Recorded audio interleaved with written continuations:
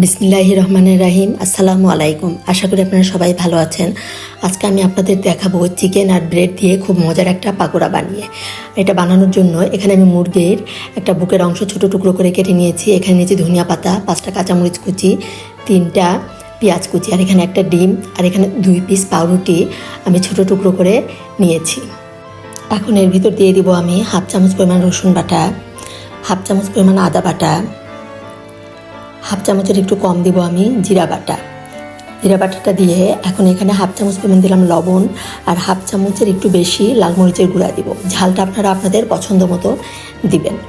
আর এখন এর ভিতর দিয়ে দিলাম এই যে 1/2 চামচ পরিমাণ সাদা গোলমরিচের গুঁড়া, আর দিব 1 চামচ পরিমাণ সয়া সস দিয়ে সব একসাথে ভালো করে পাউরুটিটা বাদে সব একসাথে ভালো করে আগে প্রথমে মশলার সাথে মাখিয়ে নিব।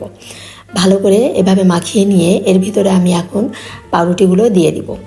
পাউরুটিটা দিয়ে এখন একটু চেপে চেপে ভালো করে মাখিয়ে নিতে হবে প্রথমে। তারপরে আমি ডিমটা দিব। আগেই ডিমটা দেওয়া যাবে না, আগে এভাবে সব মাখিয়ে নিয়ে তারপর আমি এখান থেকে যে ডিমের কিছুটা অংশ দিয়ে দিলাম আর কিছুটা বাকি রাখলাম।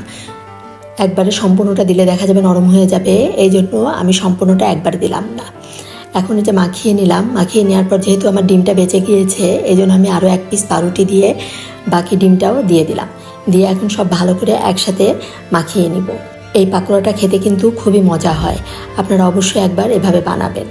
আর বাসায় কিন্তু দেখা যায় আমাদের পাউরুটি থাকেই, কাজে এভাবে বানিয়ে আপনারা একবার খেয়ে দেখবেন, বেশ ভালো লাগে। আর এখন দিয়ে দিলাম 1 চামচ পরিমাণ টমেটো সস। টমেটো সসটা দিয়েও বেশ ভালো করে মাখিয়ে নিলাম। এই দেখুন পাউরুটিগুলো কিন্তু একদম সব কিছুর সাথে মিশে গিয়েছে, আমার মাখানো হয়ে গিয়েছে। এখন আমি এই পাকোড়াগুলো ভাজার জন্য একটা প্যানে পরিমাণ মতো তেল দিলাম। তেলটা হালকা গরম হওয়ার পরেই আমি পাকোড়াগুলো দিয়ে দিব। তেলটাও গরম হবে, দেখা যাবে পাকোড়াগুলোও আস্তে আস্তে ভাজা হয়ে যাবে। যেহেতু এখানে কাঁচা মুরগির মাংস দেওয়া আছে, এই জন্য মিডিয়াম টু লো হিটে আস্তে আস্তে করে এই পাকোড়াগুলো ভেজে নিতে হবে। এই পাকোড়াটা খেতে কিন্তু খুবই মজা হয়েছিল। ছোট বড় সবাই কিন্তু এই পাকোড়াটা খেতে খুবই পছন্দ করবে। আর খুব সহজেই বাসায় পাউরুটি থাকলে এভাবে আপনারা পাকোড়া বানিয়ে নিতে পারেন।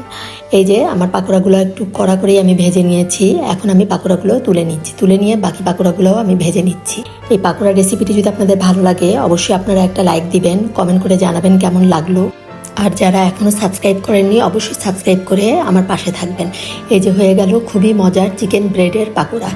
এই পাকোড়াটা কিন্তু বাচ্চাদের টিফিনে দিলেও বাচ্চারা খুবই পছন্দ করবে।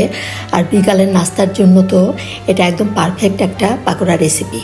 আপনারা অবশ্যই একবার এভাবে বানাবেন। ধন্যবাদ সবাইকে, সবাই ভালো থাকবেন। আল্লাহ হাফেজ।